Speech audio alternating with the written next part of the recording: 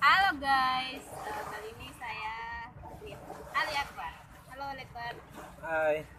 Kita lagi di Taman Ukila. Jadi Taman Ukila ini merupakan salah satu destinasi Maluku Utara ya, itu di Kota Ternate.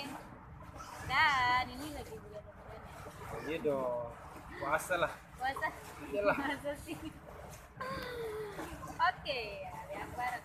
Mungkin kita akan berbincang-bincang tentang situasi dan kondisi Maluku Utara saat ini ya. Mungkin aku akan bertanya-tanya ya tentang situasi dan kondisi Maluku Utara. Nah, menurut kamu bagaimana sih situasi dan kondisi Maluku Utara saat ini ya? Menurut kacamata ya. Ada apa sendiri? Silakan. Ya kalau menurut saya dari kacamata kuda saya, ya Maluku Utara saat ini sedang bulan Ramadan, ya, sedang puasa dan ini mau mendekati Lebaran. Dan kita dihebohkan dengan antara tidak mudik dan pulang kampung. Jadi antara mudik dan pulang kampung. Jadi yang mana nih, mau mudik atau pulang kampung? Ternyata setelah saya menelusuri, ternyata bisa mudik tapi tidak bisa mudik antara provinsi, yang bisa hanya antar kabupaten di Maluku Utara. Nah itu mungkin kondisi dan situasi terbaru saat ini yang sedang viral atau sedang ramai diperbincangkan oleh kalangan mahasiswa maupun masyarakat di Maluku Utara.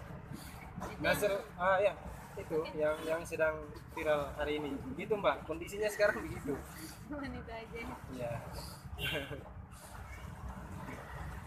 Kondisi itu lagi viral ya. Oh iya. Orang lagi memperdebatkan soal mudik mulai dari tanggal berapa ya?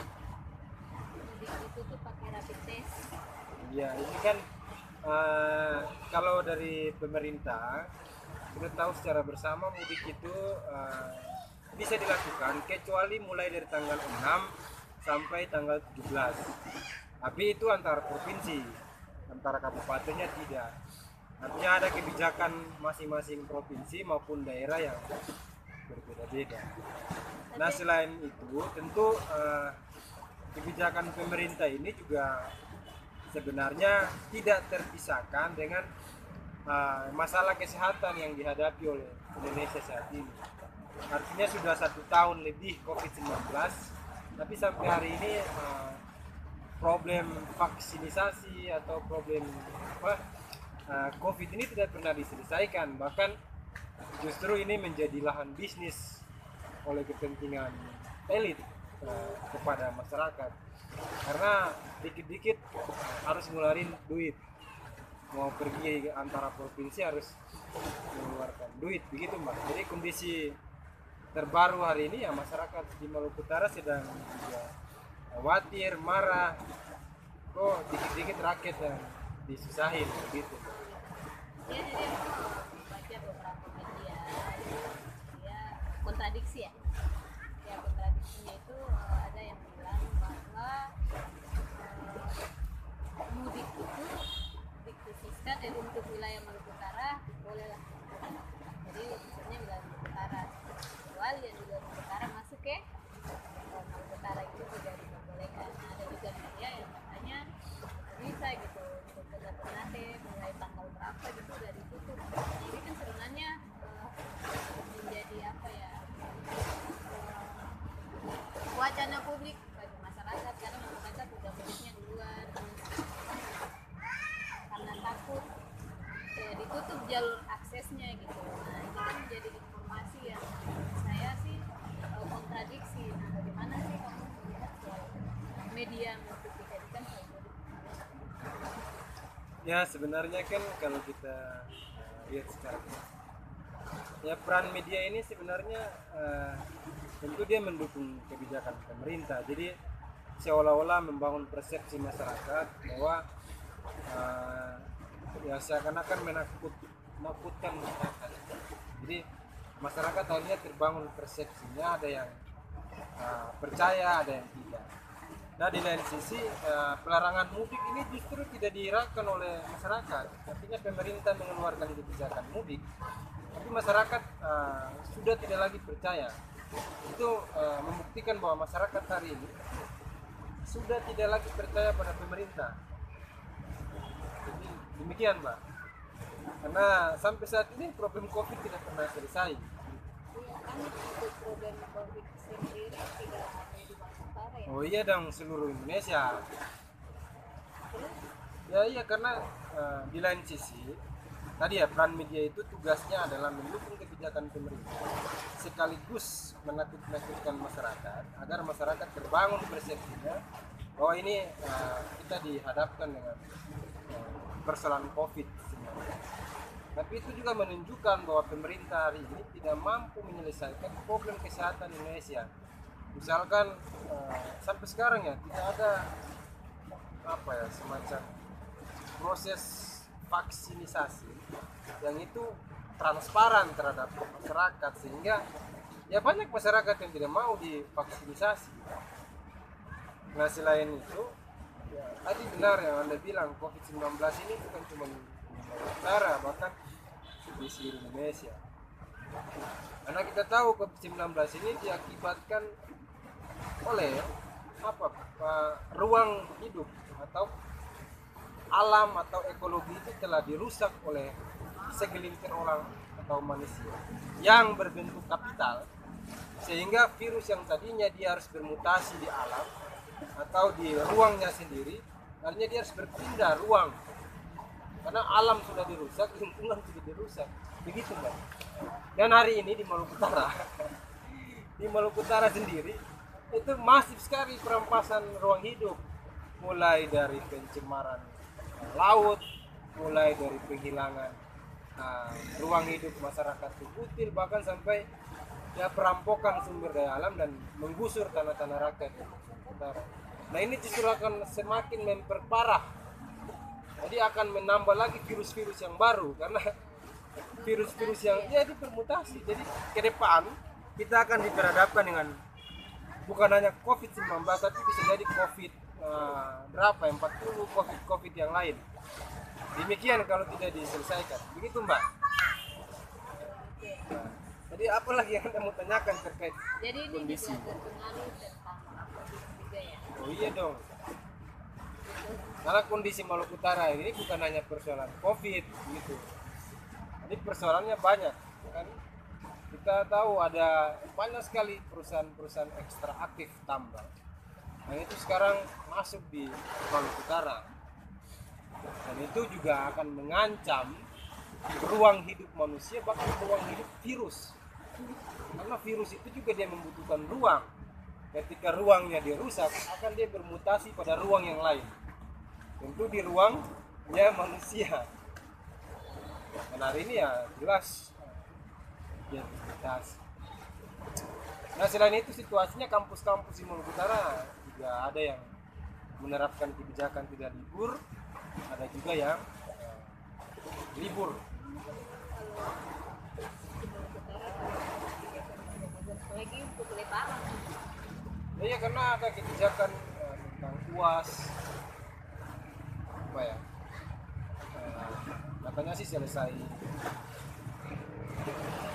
lebaran baru libur karena ada ujian semester. Tapi ya tentu kebijakan kampus ini kebijakan yang amburadul ya.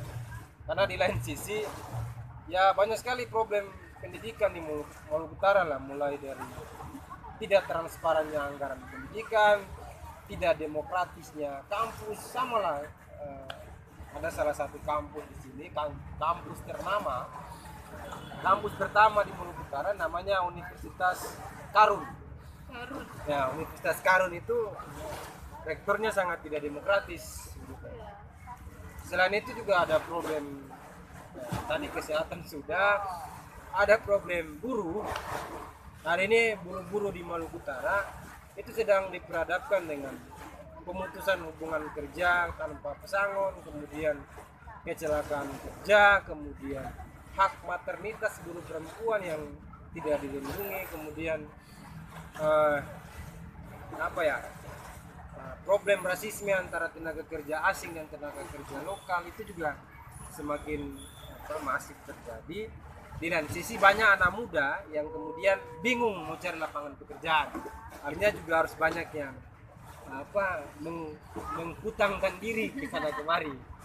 Ya begitulah negara hari ini, karena terlalu banyak hutang, artinya rakyatnya juga ikut berhutang. Nah kan kemarin membicarakan buruh nih. Mei ya. 1 Mei itu kan sebenarnya hari buruh internasional. Teman-teman melihat antusias mahasiswa pemuda di sini. Hari buruh.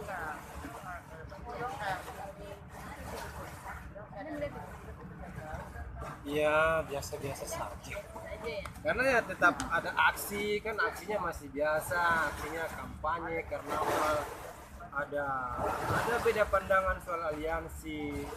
Di lain sisi juga perlu kita otokritik terhadap gerakan hari ini, terhadap aktivisme hari ini, karena justru belum mampu melibatkan masyarakat, terutama buruh, petani, masyarakat adat maupun mama-mama di pasar, tukang ojek, mikrolet dan lain sebagainya untuk terlibat bersama dalam membangun gerakan. Karena ya kita tidak bisa lagi berharap pada pemerintah ini maupun partai-partai politik hari ini.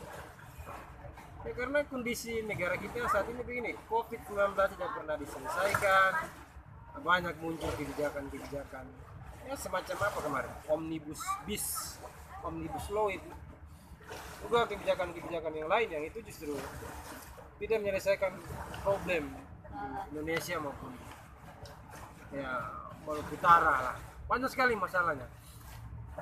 Ya, begitulah di Maluku Utara ada problem. Misalkan kemarin tahun 2019 bulan apa ya, Februari, Maret, ada problem motor-motor kayu itu yang kemudian mau tidak tidak mau ditutup aksesnya agar tidak lagi beroperasi, kemudian diprotes oleh masyarakat yang justru mata pencariannya di situ. Itulah problemnya, banyak sekali problem di Maluku Utara hari ini.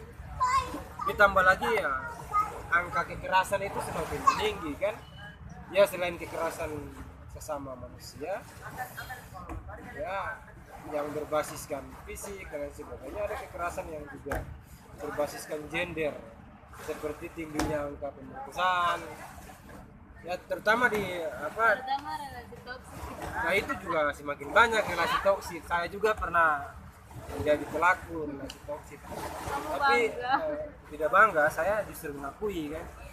Harusnya gitu. Terus di angka kekerasan itu banyak terutama di daerah-daerah industri di Maluku Utara. Dia tuh menjelaskan Oh iya, dan itu lagi headline, terutama problem kerusakan ekologi di Maluku Utara itu meninggi dan meluas. Kamu yang lagi viral itu mudik dan sebagainya, tapi ini ada pengaruhnya dengan COVID. Kemudian ada problem lain akan muncul kekerasan. Nah setelah Anda melihat itu, ada solusi apa ya? Nah yang pertama, kenapa saya coba mengaitkan tadi sebelum saya bicara solusi? Karena problem COVID, kemudian problem buruh, pendidikan, kesehatan, dan problem kekerasan orang itu dia saling berkelit-kelindan. Jadi dia satu kesatuan, yang itu disebabkan oleh satu akar persoalan yang kita hidup hari ini, yaitu di sistem neoliberalisme, kapitalisme, imperialisme. Yang itu dia menjadi satu akar masalah yang menyebabkan itu menjadi bom waktu yang pecah. Jadi kalau mau dibilang apa resolusinya, ya resolusi hari ini yang pertama kita harus menguatkan solidaritas antara sesama warga, sesama masyarakat. Nah, solidaritas ini tentu solidaritas tidak sekedar saling tegur sapa, tapi solidaritas saling membantu dalam hal kesusahan dan lain sebagainya. Kemudian yang Dua, kita tidak perlu lagi kemudian percaya atau menaruh harapan pada oligarki hari ini atau pada elit politik hari ini, karena sejatinya mereka yang mengeluarkan kebijakan-kebijakan di rakyat. Nah, yang ketiga tentu rakyat harus berani bersuara, dan pertama harus berani marah terhadap sistem kebijakan-kebijakan negara. Kemudian rakyat harus membangun organisasi politiknya ya, untuk kemudian membangun kekuasaannya, menggantikan rejim yang sangat tidak berakal. Itu mungkin resolusi-resolusinya yang paling pertama. Tentu ya kita butuh satu sistem yang baru, dan saya menawarkan sistem tersebut sosialisme. Jadi saya menawarkan sosialisme sebagai jalan keluar atas problem-problem yang tadi yang ada di negara, Indonesia maupun dunia.